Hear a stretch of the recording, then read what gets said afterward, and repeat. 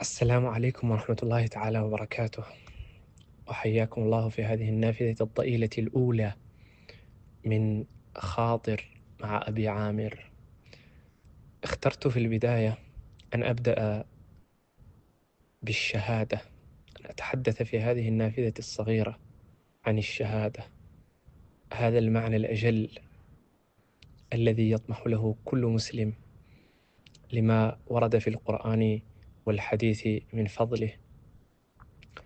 قال الله تعالى: ولا تحسبن الذين قتلوا في سبيل الله أمواتا بل أحياء عند ربهم يرزقون فرحين بما آتاهم الله من فضله ويستبشرون بالذين لم يلحقوا بهم من خلفهم ألا خوف عليهم ولا هم يحزنون.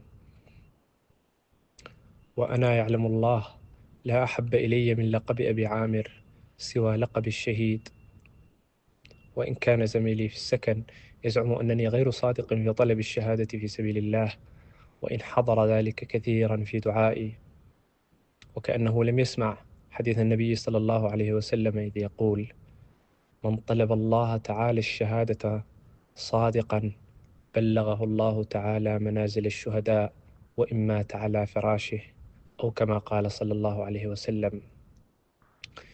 يقول زميلي هذا بدعوى أنني لم أطلبها في مظانها كما يقول، ولم أحمل سلاحا في مواجهة عدو، بل من خلال بحثه عني اكتشف أنني عشت حياتي أكتب عن الحب والغرام، وأتصف بصفات أهل المجون والفسق والزندقة. كما يقول: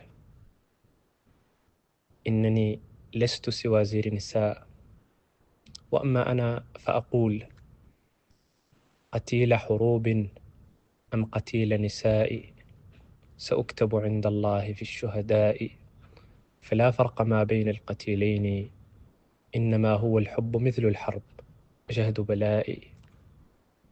والسلام عليكم.